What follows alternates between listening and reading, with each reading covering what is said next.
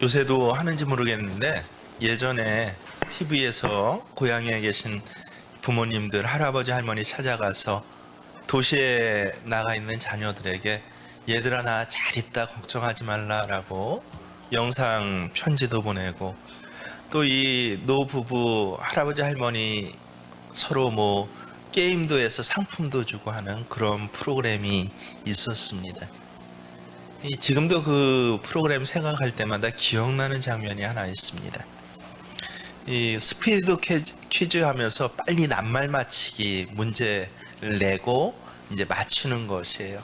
할아버지가 마음이 급해서 더듬더듬 하면서 이야기를 합니다. 마누라 마누라, 당신과 나처럼 이렇게 결혼해서 애들 다 잘 키우고 오랫동안 함께 산 부부 사이를 뭐라고 하지? 그랬더니 할머니가 자신이 없었어요. 굉장히 어려요. 고개를 살짝 하면서 작은 소리로 이야기를 합니다. 왼수? 할아버지가 아니 그거 말고 두자 말고 네 글자로 말이야 했더니 할머니가 알아들었습니다. 그래서 크게 또박또박 얘기를 합니다. 평생 원수. 여러분, 부부가 함께 살면서도 평생 원수 사이가 돼서는 안 되겠습니다. 그래서 참 이 당신과 나 사이는 어떤 사이일까 표현하는 말이 많은데 궁금하시지 않습니까? 하나님은 우리와 어떤 사이로 그렇게 표현하고 계실까요? 근데 놀랍게도 성경에 보면 참 많은 사이로, 예를 들어서 어미와 이 젖먹이 자식으로, 혹은 아버지와 아들로, 임금과 신하로 표현하는데, 그 중에서 가장 많이 하나님께서 우리와 나 하나님의 사이를 뭐라고 표현하시냐면요, 목자와 양으로 표현하십니다. 예를 들어서 시편 79편 13절에 보면 뭐라고 하십니까? 우리는 주의 백성이요 주의 목장의 양이니, 이렇게 설명을 합니다. 그런가 하면 시편 78편 52절에 보면요, 그가 자기 백성은 양같이 인도하여 내시고 광야에서 양떼같이 지도하셨도다 라고 우리를 양으로 표현하십니다. 또 이사야서 40장 11절을 보면 그는 목자같이 양떼를 먹이시며 어린 양을 그 팔로 모아 품에 안으시며, 하나님 자신을 목자로 우리를 양으로 표현하고 있습니다. 또 신약으로 넘어오면 예수님께서는 아주 직접적으로 목자와 양의 관계를 어떻게 표현합니까? 요한복음 10장 11절에 보면 우리가 너무도 잘 아는 구절입니다. 나는 선한 목자라. 선한 목자는 양들을 위하여 목숨을 버리거니와. 그리고 그 뒤에 있는 14절에 보면요, 나는 선한 목자라. 나는 내 양을 알고 양도 나를 아는 것이 아버지께서 나를 아시고 내가 아버지를 아는 것 같으니 나는 양을 위하여 목숨을 버리노라. 이렇게 예수님 자신이 나는 목자고 너희는 양이야 라고 그렇게 예수님과 우리의 관계를 표현하셨습니다. 예수님의 이 양과 목자, 도대체 이 관계가 어떤 관계일까요? 참 궁금할 수밖에 없는데, 오늘 우리가 읽은 시편 23편을 보면요, 1절에 아주 자세히 나와 있습니다. 여호와는 나의 목자시니 내게 부족함이 없으리로다. 그래서 계속 성경에 보면 제가 뭐 몇 가지 구절만 말씀드렸지만 하나님을 목자로, 그리고 우리를 양으로 그렇게 표현합니다. 그러면 우리가 이런 질문을 할 수가 있습니다. 왜 짐승 중에서도 양 말고 양밖에 없나요? 수많은 짐승이 있잖아요. 근데 하필이면 하나님께서는 우리를 그 수많은 짐승 중에서 양으로, 그리고 하나님을 목자로 설명하실까요? 우리 이미지가 있어요. 목자와 양 하면 제가 처음 이 성경 말씀을 들은 게 중학교 때입니다. 중학교 때 성경 말씀을 듣자마자 목자와 양 하니까 머릿속에 어떤 장면이 떠오릅니까? 여러분도 마찬가지일 거라고 생각하는데, 그 당시에 흔히 시중에서 길거리 지나다니면 많이 볼 수 있는 그림이 하나 있습니다. 이런 이미지가 떠오르지 않습니까? 참 아름다운 풀밭에, 그래서 예수님은 목자가 되고 우리는 저 하얀 양떼들이 되어서 그래서 옆에 잔잔한 냇물도 흐르고 저 뒤에 그 아름다운 산과 구름이 있고, 그래서 목자와 양, 우리를 저런 양으로 표현하셨구나. 마치 파라다이스 같지 않습니까? 야, 저런 곳에서 나도 한번 살아보고 싶다라고 생각하지 않았습니까? 정말 쭉 그랬어요. 그런데 나중에 대학교 가고 대학원 가고 하면서 또 신학을 공부하면서, 야, 내가 생각하는 목자와 양의 관계, 저런 어떤 회화적인 이미지가 아니었구나라고 하는 것을 깨닫게 되었습니다. 하나님께서 우리를 갖다가 양으로 표현하신 것은요, 양의 특징 때문에 그렇습니다. 양의 특징이 몇 가지가 있는데요, 대표적으로 첫 번째, 이 양은요, 혼자서는 살 수 없는 동물이라는 것입니다. 끝없이 보호해줘야 되고 돌봐줘야 합니다. 우리도 상식적으로는 알고 있죠. 양은 자구책이 전혀 없는 동물입니다. 대개의 동물들은요, 크든 작든 적어도 자기 몸 하나는 지킬 보호책을 마련하고 있습니다.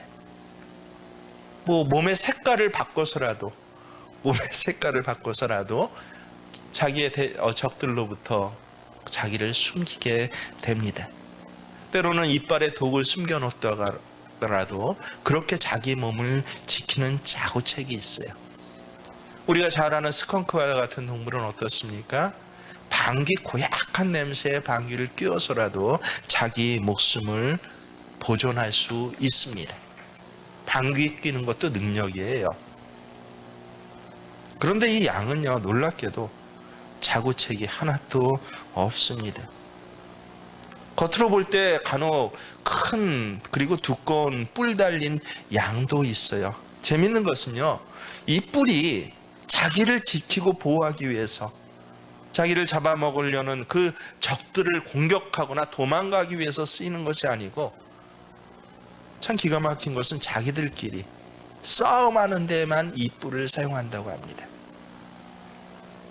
참 미련한 게, 또 어리석은 게, 양에 대해서 공부를 하면 할수록 어쩌면 우리 인간과 똑같구나 생각합니다. 기껏 하나 뿔을 조그만 거 하나 있다고 그거 누구하고 치고받아요? 밖에 원수들하고 치고받아야 되는데 자기 가족끼리, 식구끼리, 형제끼리, 남편과 아내가 서로 그 조그만 뿔 갖고 서로 치고받고 상처내는 것, 우리하고 양하고 비슷하지 않습니까?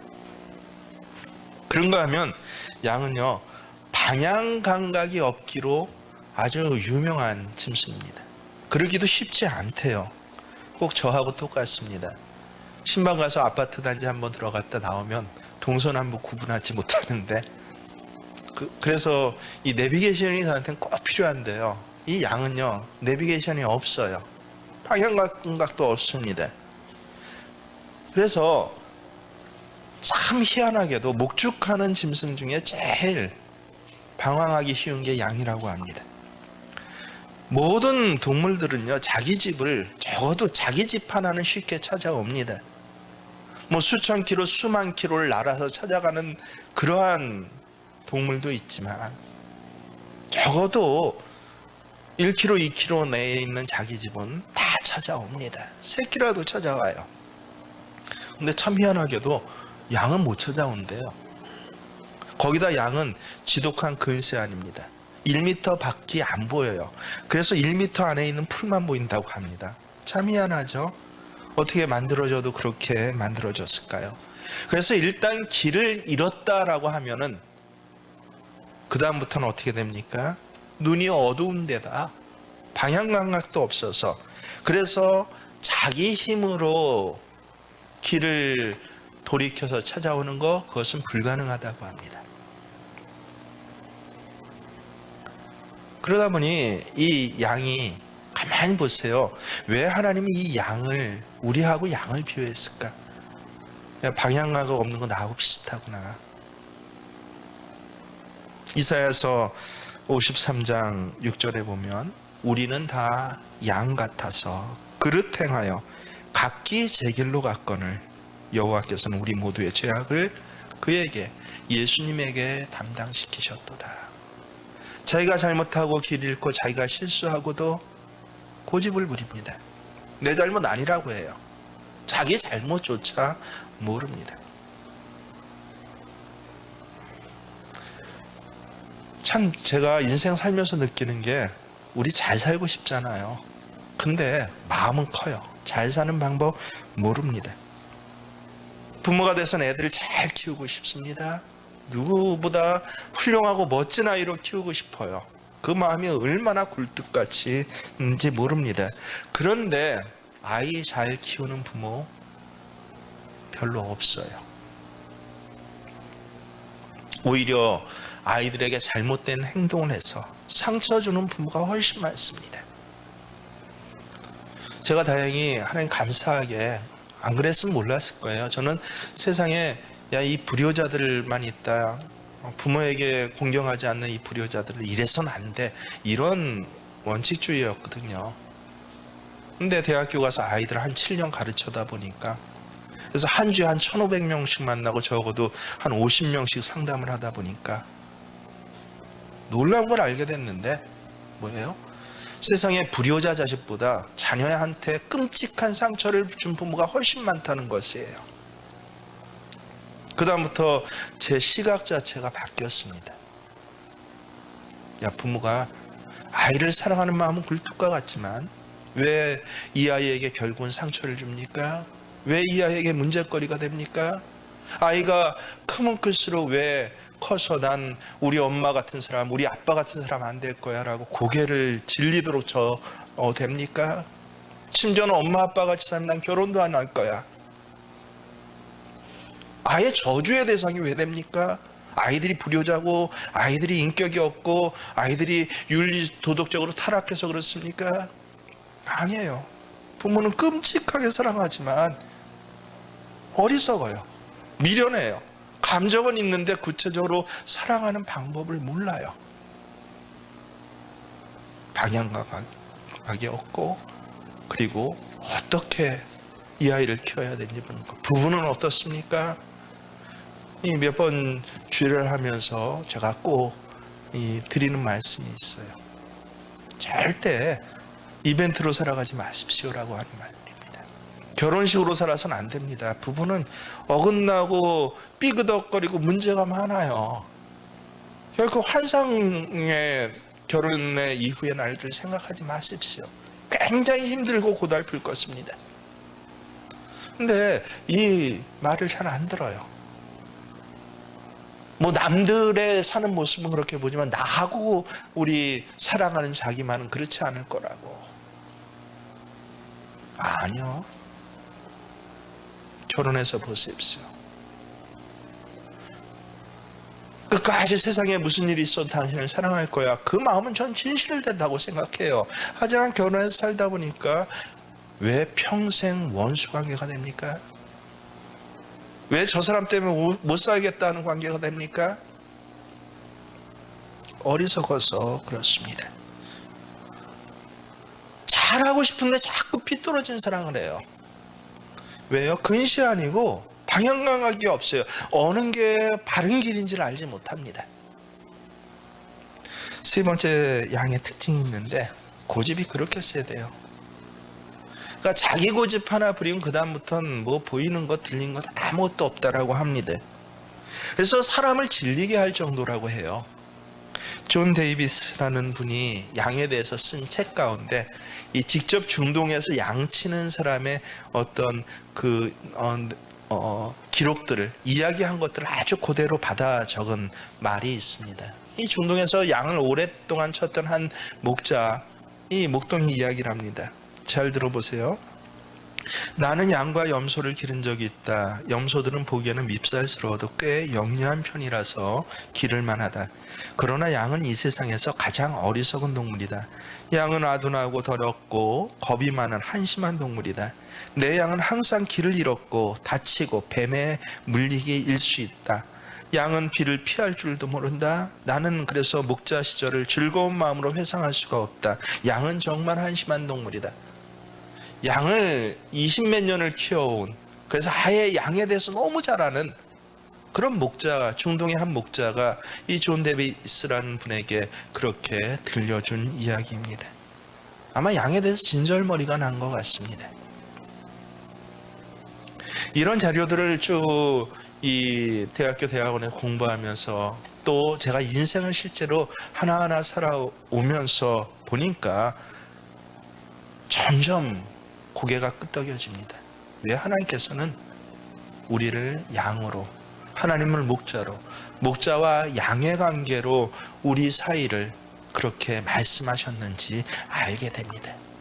저 푸른 초원 위에 그림 같은 집을 짓고 저 파라다이스와 같이 멋진 삶 때문에 그런 것이 아니라 양의 이러한 특징 때문에 그렇다라고 하는 것입니다. 그렇다고 하나님이 양을 비난하기 위해서가 아니에요. 양의 가장 큰 한계가 무엇입니까? 혼자 살 수 없다는 거예요. 목자가 돌봐줘야 한다는 것입니다. 실제로 동물학자들은 이런 말을 한다고 합니다. 인간이 양을 돌보지 않았다면 양은 지구상에서 아마 벌써 멸종되었을 것이다 라고요. 정말 그렇지 않습니까? 우리가 무엇인가 좀 할 수 있다고 스스로 생각할 때는 얼마나 고집스럽고 교만한지 몰라요. 하지만 시간이 지나다 보니까 점점 깨닫게 되는 게 뭐예요? 세상에서 약하디 약한 게 나구나. 처음에 사랑의 마음이 가득했을 땐 희망으로 부풀어 오릅니다. 야, 이 사람하고 날마다 어떻게 행복하게 살까? 산책도 하고 등산도 하고 때때로 여행도 가고 뭐도 하고 이래야지. 정말 그렇게 되던가요? 저 사람이 변심해서 그랬습니까? 아이를 뱃속에 켜놓고 마음 자세가 달라집니다. 야, 이제 이 아이를 위해서 내가 아기 침대도 준비하고 모두 준비하고 해요. 엄마가 돼서 이런 말도 하고 이렇게 하고 잘해야지. 아기 교육 잘해야지. 아이가 실제로 나왔습니다. 그랬더니 하루에 제가 애를 둘 키워보니까 하루에 10번을 밥을 먹여야 돼요. 젖을 정말 10번을 한 2시간 반, 3시간마다 한 번씩 맨 처음에 태어나면 먹여야 됩니다. 힘들어요. 처음엔 야, 나도 아빠가 됐어. 눈물이 뚝뚝 흘러내렸습니다. 감격스럽습니다. 한 달만 지나보세요. 야, 어디 밖에서 일 좀 안 생기나? 나가고 싶어요. 근데 곧 깨달아요. 야, 그래도 애가 어려서 안고 있을 때가 제일 행복해요. 좀 커갖고 사춘기 들어보세요. 내 인생은 내 것이라고 엄마 아빠처럼 나 안 살겠다고. 그래서 나 못 살겠다고요? 여러분, 그래도 사춘기 때는 귀여웠어요. 좀 더 커보세요. 어떻습니까? 눈에 넣어도 안 아팠던 이 자식이었지만 어때요? 이제는 꼴 보기 싫은 왼수예요. 아, 그렇구나. 얼마나 우리가 연약한 존재인지 몰라요. 제가 참 부모 하나님 만들어주셔서 참 감사합니다라고 다 고백하는 게 있어요. 왜냐하면 어렸을 때 우리 눈에 보면 엄마 아빠는 다 천하무적인 줄 알았어요. 강한 줄 알았어요. 근데 제가 부모가 되어서 아이가 점점 커갈수록 점점 나이 많은 부모가 되면서 그렇게 느끼다 보니까요. 아니에요. 엄마 아빠가 아이보다 더 많이 울대요. 엄마 아빠가 아이보다 더 많이 상처받대요. 그렇게 연약한 존재예요.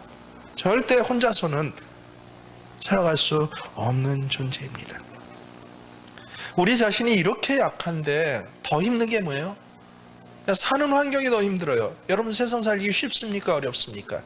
얼마나 어려운지 몰라요. 힘들어요. 야, 지금 어려운 때만 좀 지나면 나아지겠지? 아니요. 매년 여러분 뉴스를 기억하십니까? 저는 자료로 하나님 말씀 전해야하기 때문에 매년 자료를 모아두고 있어요. 매년 교수들의 그 해의 사자성어를 갖다가 모아두는데, 근데 매해마다 야, 내년은 좀 나아질 것입니다라고 그렇게 데이터를 갖고 이야기하는 뉴스를 한 번도 들어본 적이 없어요. 우리 사는 환경은 점점 안 좋아지고 있습니다. 정확히 15년 전만 해도 여러분 아토피란 말 들어보셨어요? 전 못 들어봤습니다. 아토피는 아주 특수한 피부병인 줄 알았어요. 아주 체질적으로 잘못된 체질, 또 약한 체질을 갖고 있는 사람만 걸리는 것, 혹은 잘못된 작업 환경에서 신나라든지 이런 어떤 화학 환경에서 그렇게 노출된 사람들이 걸리는 암과 같은 병이 아토피였습니다. 요새는 어때요? 아토피 없는 아이들이 오히려 드뭅니다. 희한하죠? 몇 년 만에? 15년 만에요. 제가 정확한 데이터를 갖고 있으니까 정확합니다. 암과 같은 존재의 그 병이 아토피였는데, 그래서 애들 있으면 아주 특별한 애들, 참 안 된 애들만 그렇게 걸린 피부병이었는데, 이제 오히려 더 많은 애들이 아토피예요. 아예 화장품 자체가 아토피 화장품으로 나옵니다. 그게 훨씬 더 많아요. 환경 자체는 점점 오염되고 나빠가고 있죠. 여러분의 삶의 자리는 어떻습니까?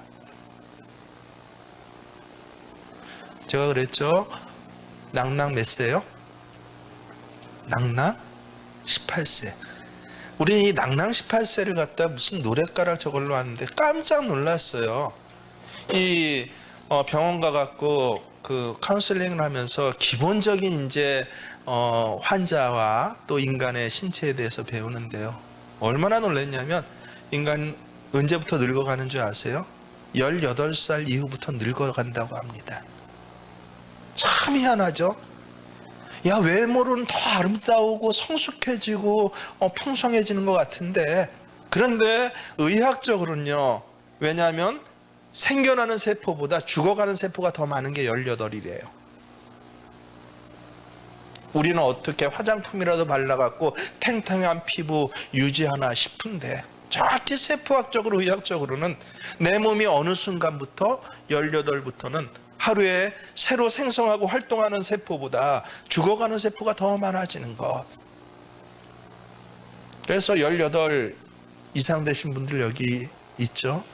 이하는 좀 안심해도 됩니다. 이상은 내일은 오늘보다 나쁩니다.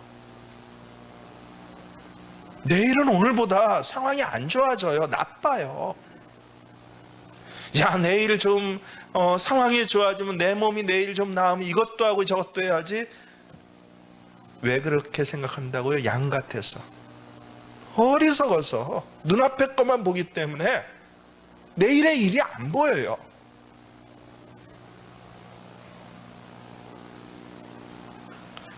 내일 몸이 좀 나아지고 내일 상황이 좀 나아지면 몸도 상황도 점점 나빠집니다.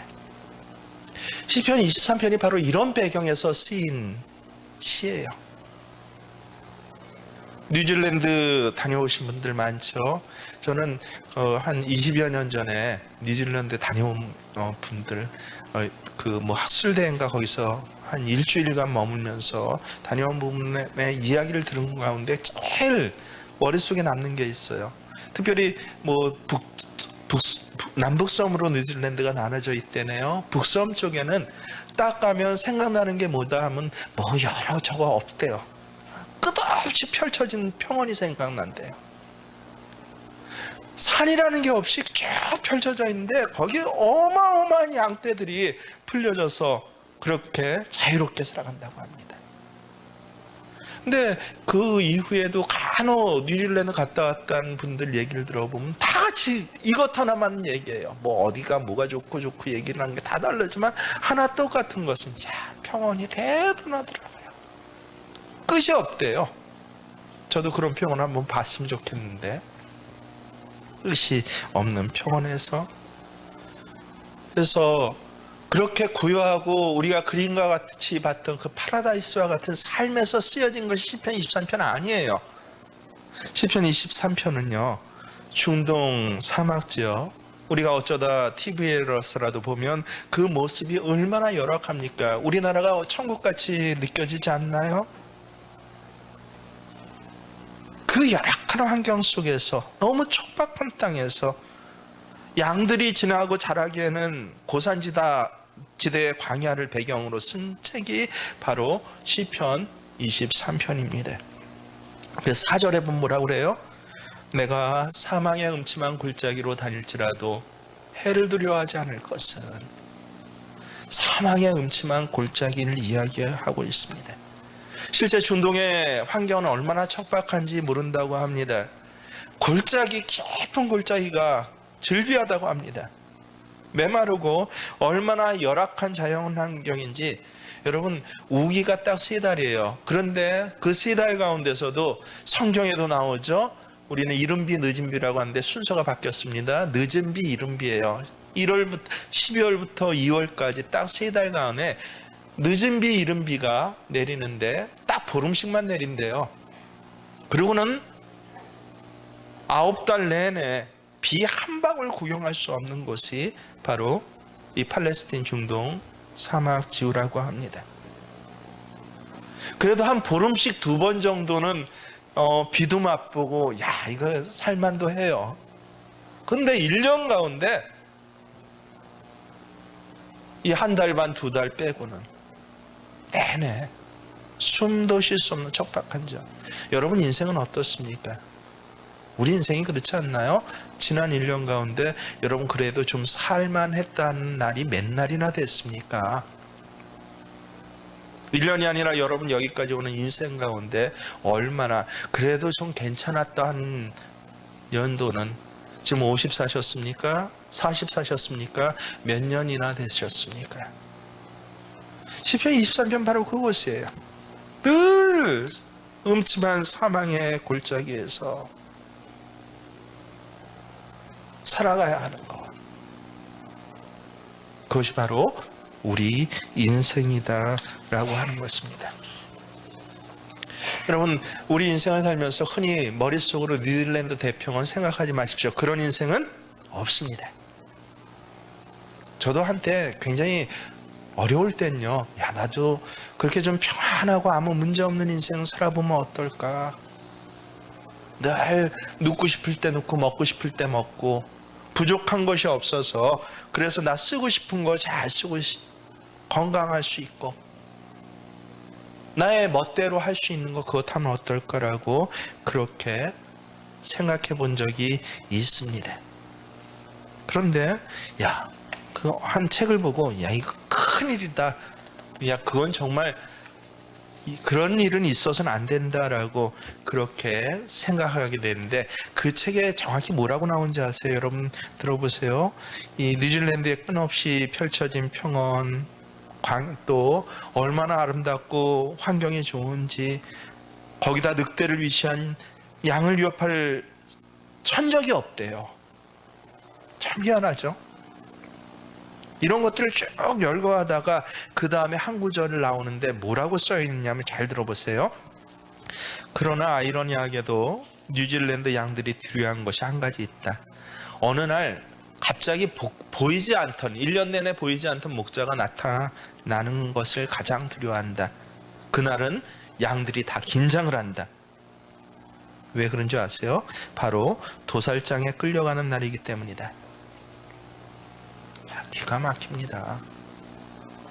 아 그렇구나. 그냥 그렇게 아무것도 모르고 살아가다가 어느 날 갑자기 도살장에 끌려가지 않기 위해서 하나님께서는 어떻게 하셨어요? 우리 인생을 뉴질랜드와 같은 곳에 토실토실하게 너 먹을 거 먹고 하고 싶은 거 해야 살다가 어느 날 한순간 심판으로 우리를 멸망시키길 원하시지 않으셔서, 그래서 바로 사망의 음침한 골짜기와 같은 환경에 나를 두셨구나 라고 하는 것을 깨달은 이후로는요, 여러 가지 아픔과 어려움이 오고 고난 와도 정말 아파요. 나이가 많이 들었는데도 마음의 상처 한 번 나면 되게 아프더라고요.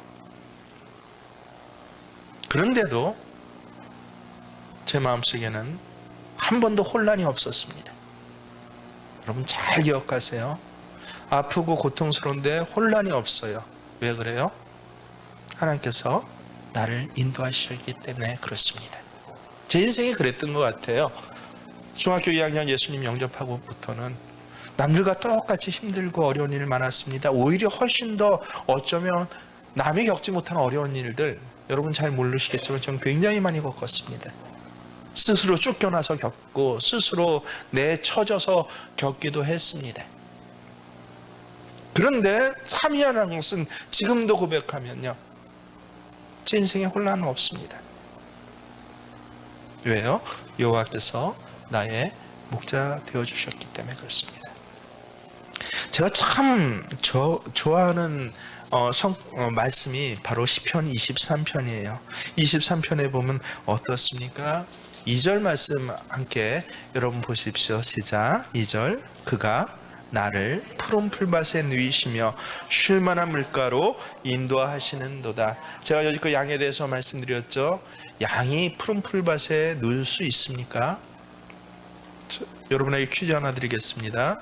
양이 정말 푸른 풀밭에 오랜만에 꼴을 찾았어요. 맛있게 먹고 있습니다. 옆에서 바스락 하는 소리가 납니다. 그럼 뛰고 봅니까? 보고 뜁니까? 말씀해 보세요. 뛰고 봐요? 보고 뛰어요? 뛰고 보죠. 보고 뛰는 양 여기 없어요. 왜냐하면 벌써 다 잡혀 먹었어요. 그런 게 양이에요. 그런 양이 어떻게 푸른 풀밭에 누워서 배 깔고 누워서 물 먹고 좋아한다고요? 양을 몰라도 정말 모르는 사람이 쓴 시겠구나. 마치 저 푸른 초원 위에 아까 우리 예전에 유명한 노래가 있죠. 제가 대중가요 잘 모르는데 그 노래는 어려서 얼마나 많이 들었던지 알아요. 기억이 나요. 그림 같은 집을 짓고. 우리나라 전국을 저 초등학교 때인가 유치원 때인가 그 불렀던 노래인데 전국을 모든 유치원생부터 저 할아버지 할머니까지 이 노래를 불렀어요. 저 푸른 초원 위에 뭐 한다고요? 그림 같은 집을 짓고. 그런데 우리나라 전 국민 중에 저 푸른 초원 위에 그림 같은 집을 짓고 사는 사람 있습니까? 없습니까? 없어요. 마찬가지로 배 깔고 누워서 좋은 꼴 먹고 잠자고 쉬는 양 없습니다. 몰라도 뭘 한참 모르는 사람이 쓴 것 같아요. 근데 놀랍게 이 시를 쓴 사람이 누구예요? 다윗이에요. 다윗은 어려서부터 통뼈 목자입니다. 한일이 목동이에요. 그것도 보통 목동입니까? 아버지 엄마 아버지의 괄세를 받고 형들 괄세 받아서 양 목자가 하기 싫은 가장 어려운 일들만 평생 해냈던 목자예요. 양에 대해서 누구보다 잘 알아요. 그런 다윗이 뭐라 그래요? 쓴 고백이에요. 자기 고백이에요. 양은 누울 수 없는데 그 누울 수 없는 양을 누가 눕게 하셔요? 1절 다시 봅니다. 시작.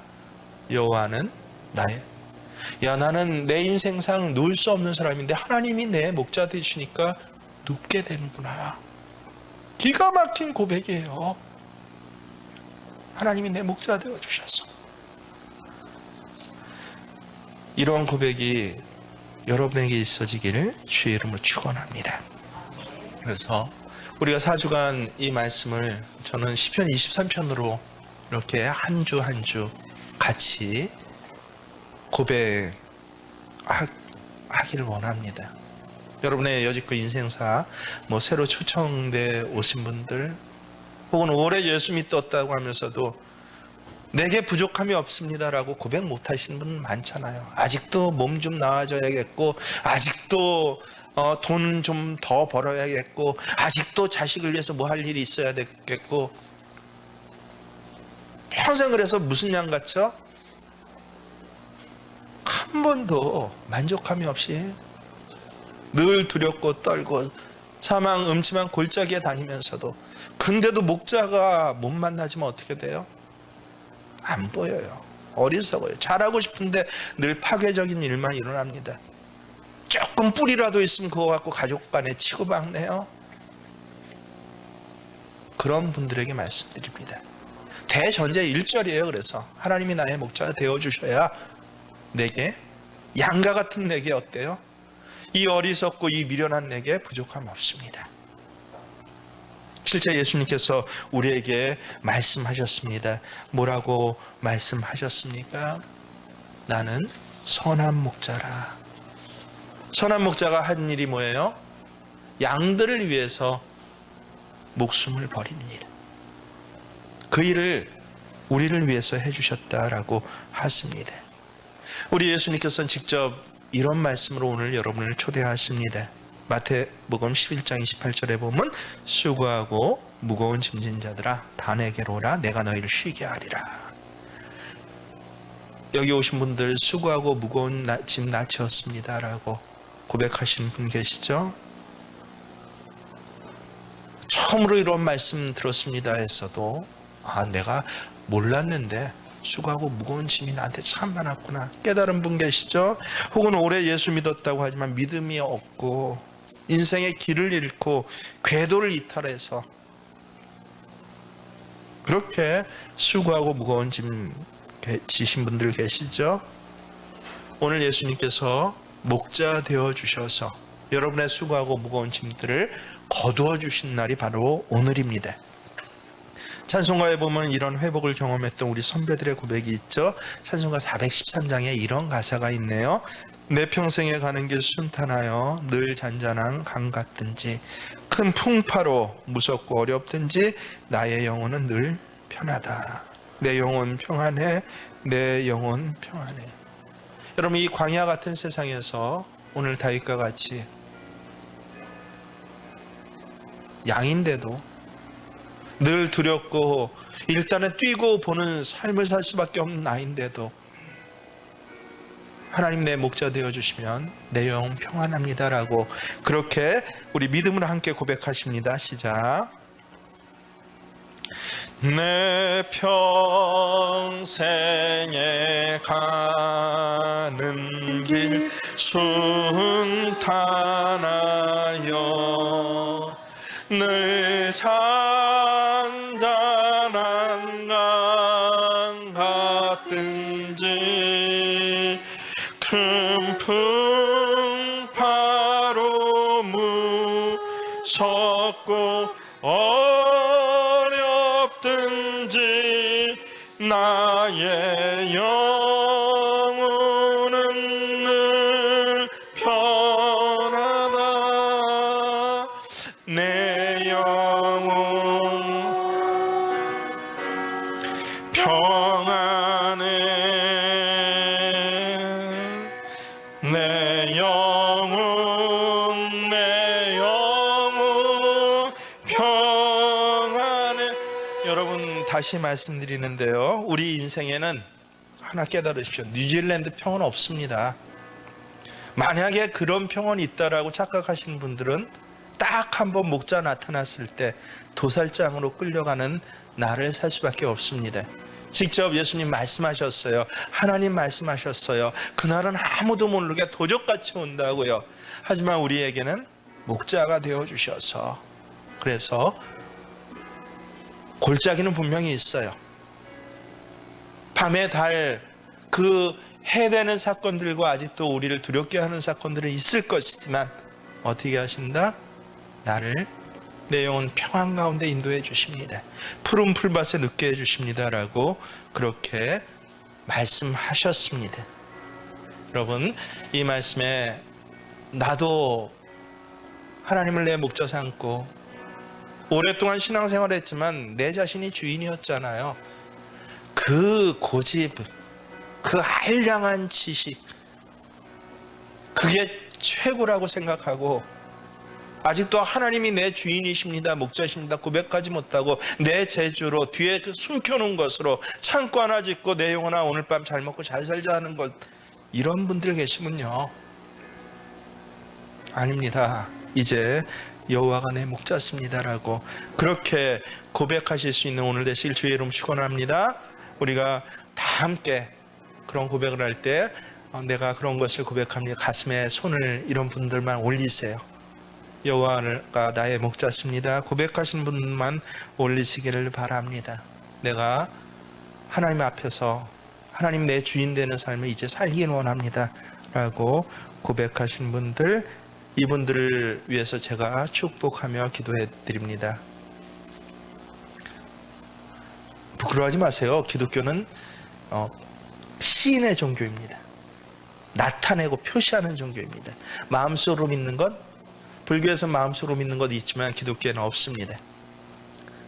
가슴에 손을 얹으시고, 제가 그 가슴에 손을 얹으신 분들을 위해서 축복하며 기도해 드립니다. 먼저 손을 얹으시고 입술로 저를 따라 기도하시기를 바랍니다. 하나님 아버지 고맙습니다. 우리 예수님께서 이 시간 저를 찾아와 주시고 십자가에서 흘리신 보혈로 나의 죄를 속죄해 주시고 목자가 되어 주셔서 구원해 주심을 믿습니다. 이제는 예수님을 내 구주로 모셔드립니다. 제 안에 들어와 주시고 주님이 원하는 사람으로, 목자 있는 양으로 나를 자녀 삼아 주시옵소서. 예수님의 이름으로 기도합니다. 아멘.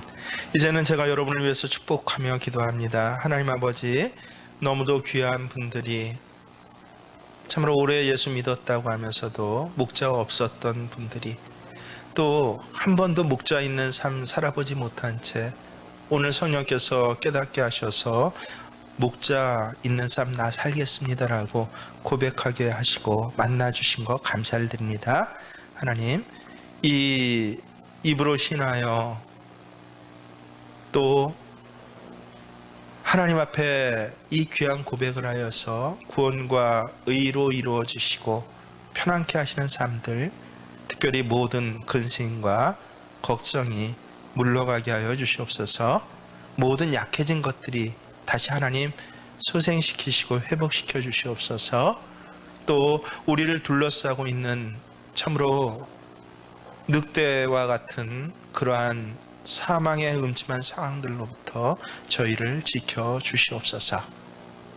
오늘 이 예배 자리가 평생의 복의 자리 되게 하시고, 이 예배 자리를, 또 이 고백의 자리를 하나님께서 기억하셔서 저희들 모든 날들 가운데 목자 되어 주시는 귀한 은혜가 있어지게 하여 주시옵소서.